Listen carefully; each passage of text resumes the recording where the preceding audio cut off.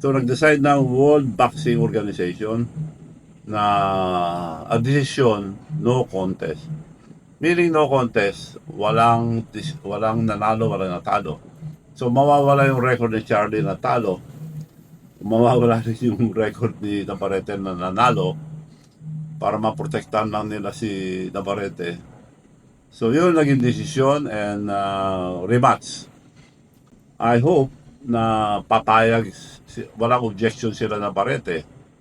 Dahil kung tinuloy yung laban, matatalo na si Navarrete dahil nanghihina na dahil overweight siya noon.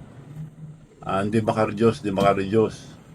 So, nanghina ng gusto at bumababa na yung kamay niya nung naputokan ng mukha si Navarrete. So, ginawa ng mga local na ano doon, sino man ang loko doon, pinahinto laban. Hindi naman dapat pahinto yung laban dahil pumutok lang. Hindi naman masyadong serious yung putok niya. Kaya lang talagang pagod na si Navarrete, ayaw nilang matalo yung bata nila. So yun ang dineclare nila kagad na headbutt, menos sila ng maraming points kay Charlie Suarez para matalo. So anyway, nag-decide na sila na no contest, meaning walang record. So magre-rematch. Ang desisyon, rematch, ay di rin ako, yun nga, napatunayan na dinaya tayo doon. Pinanalo si Navarrete, pero ngayon may desisyon na walang nanalo. Parang face saving na lang ginawa eh. Ayaw nilang matalo yung bata nila. So kako nga, dadaya tayo doon. So ngayon ang desisyon na, dahil sa appeal natin sa World Boxing Organization, nag-decide na sila na no contest, meaning walang natalo, walang nanalo. So, sa yun, kasi dineclare na talo si Suarez eh, dinaya nga eh. Sinabi nga nila, just to refresh everybody's mind. Si Charlie Suarez nakasuntok, pumutok yung kay Navarrete, tapos pinahinto na laban, sabi headbutt. Lahat ng tao nagsasabi na walang headbutt. So, paano nila ayusin yun? Dahil gusto lang nila panalunin si Navarrete noon. Pinanalo ng referee, declare referee na headbutt.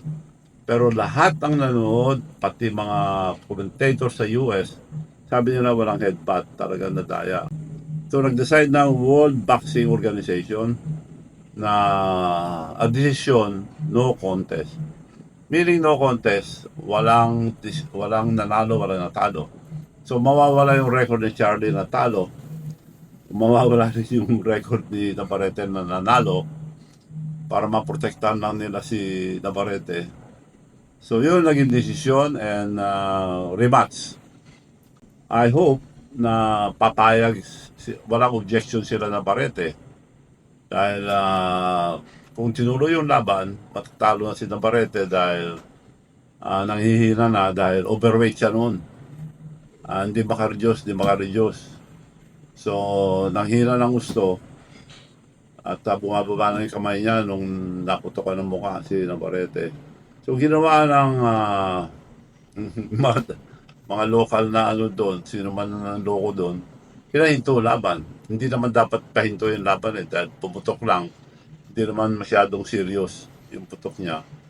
Kaya lang talagang pagod na si Navarrete, ayaw nilang matalo yung bata nila. So yun ang dineclare nila kagad na headbutt, menos sila ng maraming points kay Charlie Suarez para matalo. So anyway, nag-decide na sila na no contest, meaning walang record. So magre-rematch. Ang desisyon, rematch, ay di rin ako, duda rin ako doon kung papayag si Navarrete rematch.